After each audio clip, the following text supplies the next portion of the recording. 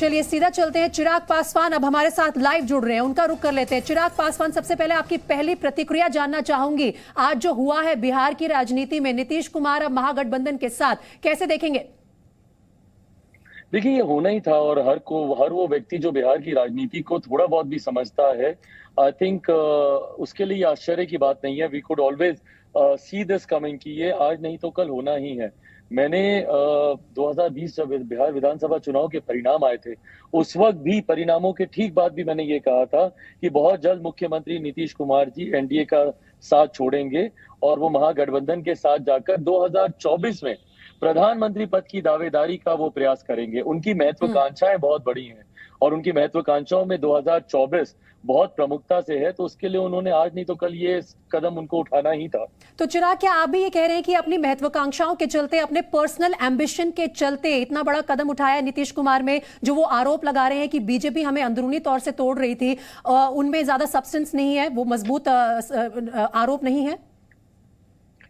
बिल्कुल भी नहीं, सारे बहाने हैं। कभी भाजपा ने ह्यूमिलेट किया, ये किया, तो चिराग मॉडल का ये जिक्र करते हैं कि चिराग पासवान ने ये किया। ये तमाम बातें सिर्फ एक बहाना है। कारण इनको पहले से ही इनको पता है कि भैया एनडीए में कम से कम प्रधानमंत्री पद की दावेदारी की कोई वैकेंसी नहीं है। और इनकी जो महत्वाकांक्षा मैंने बोली, और इनकी महत्वाकांक्षाओं में इतिहास में भी अगर आप देखेंगे, बार बार इन्होंने इस तरीके के कदम उठाए हैं।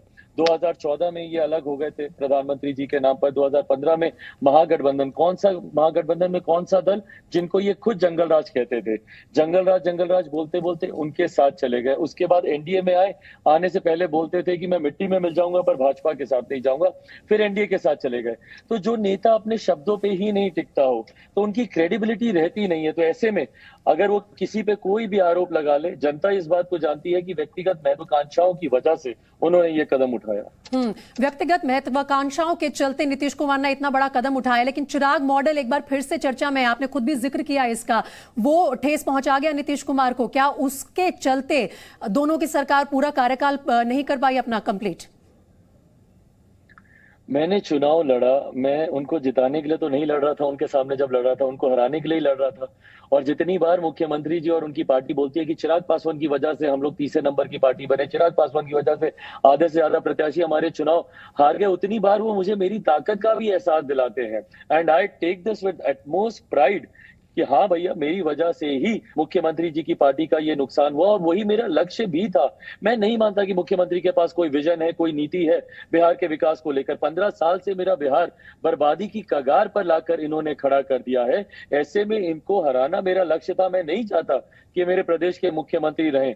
संजोग इनका नसीब है कि गठबंधन कोई भी होता है, मुख्यमंत्री ये बन जाते हैं। पर प्रदेश के लिए इन्होंने किया क्या इतने गठबंधनों में? सिर्फ मुख्यमंत्री का खेल खेलते रहते हैं। 4 दिन इनके साथ मुख्यमंत्री, 4 दिन उनके साथ मुख्यमंत्री। ऐसे में प्रदेश कहाँ है? प्रदेश के लोगों की चिंता कहाँ है? उनके लिए काम कब करते हैं, भगवान जाने। चिराग, अगर ऐसा है तो क्या ये आने वाले समय में आपकी पार्टी के लिए भी संकेत है, एक बहुत बड़ा एक अपॉर्चुनिटी है, एक अवसर है कि आप अपनी जगह बना पाएंगे? मैं जगह बनाने का मैं पूरी तरीके से प्रयास कर रहा हूं। मैं इसीलिए ना किसी गठबंधन का हिस्सा हूं, ना ही मैं किसी गठबंधन का हिस्सा बनने की किसी तरीके की कोई जल्दबाजी में हूं। आप जानती है मेरे साथ, मेरे परिवार, मेरी पार्टी के साथ पिछले साल भर में जो जो घटना चक्र घटा, तो मैं literally starting from the scratch कर रहा हूं। नए पार्टी का नाम, नया सिंबल, उससे मैंने शुरुआत की है। तो अभी मेरी पूरी प्राथमिकता अपनी पार्टी को, अपने पार्टी के जनाधार को और मजबूत करना है और उसी पे मेरा पूरा ध्यान केंद्रित है। इतना जरूर है, इतना खुशी मुझे जरूर है कि कम से कम चिराग मॉडल ने नीतीश मॉडल को नुकसान तो पहुंचाया है। और अब चिराग अगर बिहार की राजनीति में आगे बढ़ना चाहते हैं, आपने बोला कि आप अपनी पार्टी को, अपने खेमे को मजबूत कर रहे हैं, लेकिन क्या बीजेपी के साथ अलायंस, वो पॉसिबिलिटी अब ज्यादा पुरजोर तरीके से सामने आएगी? और लोकसभा के भी चुनाव होंगे 2024 में, तो अटकलें उसको लगाकर भी तेज हैं। मेरा बिल्कुल ध्यान नहीं है उस तरफ।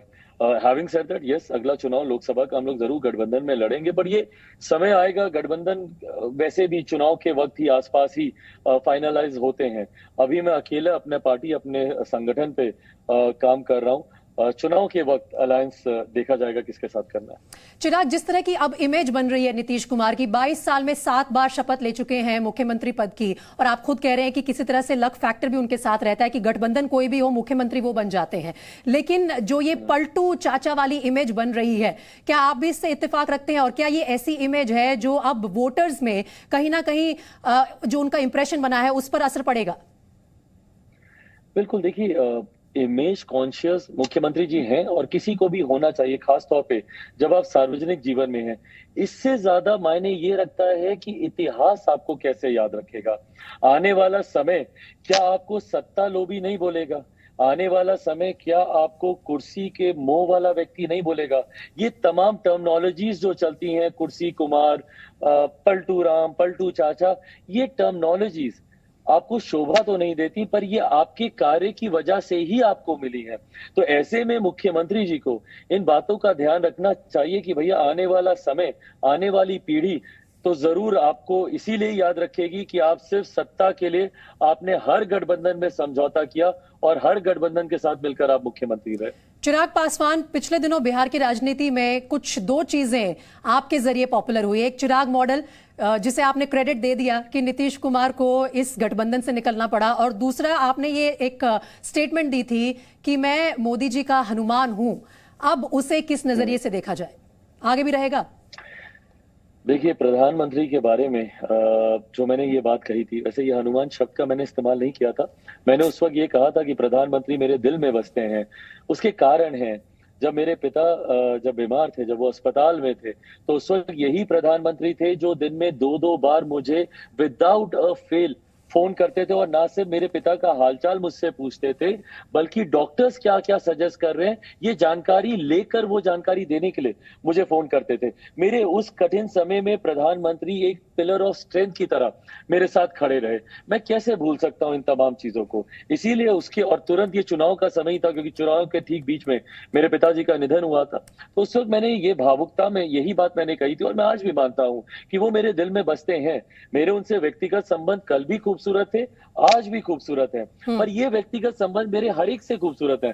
मैं मुख्यमंत्री जी का भी व्यक्तिगत तौर पे उतना ही आदर करता हूं, जब मिलते हैं चरण स्पर्श कर कर आशीर्वाद लेता हूं, पर व्यक्तिगत संबंधों को राजनीतिक गठबंधनों के तहत जोड़कर देखा जाए, मुझे लगता है ये ठीक नहीं है। लेकिन कुछ इस तरह के भी नेचुरल पार्टनर्स होते हैं ना चिराग। जब आप कह रहे हैं कि व्यक्तिगत तौर पर आपके इतने अच्छे संबंध हैं, तो आप दोनों एक तरह से नेचुरल पार्टनर्स के रूप में भी सामने आते हैं। अगर आप नीतीश कुमार को अवसरवादी कहते हैं, तो फिर अवसरवादी के विपरीत वो होगा जो अपने आप को किसी एक आइडियोलॉजी के साथ अलाइन करके किसी, या फिर एक व्यक्ति के साथ, किसी एक पर्सनैलिटी के साथ अलाइन करके पार्टनरशिप सामने रखे। क्या एलजेपी और बीजेपी ऐसे पार्टनर्स हो सकते हैं? बहुत हाइपोथेटिकल सिचुएशन है। I think we'll cross the bridge when it comes. जैसा मैंने कहा कि अभी तो मैं इस तरफ सोच ही नहीं रहा हूँ। ये हाइपोथेटिकल सिचुएशन बिहार की राजनीति में कभी भी इमीडिएट सिचुएशन बन जाती है।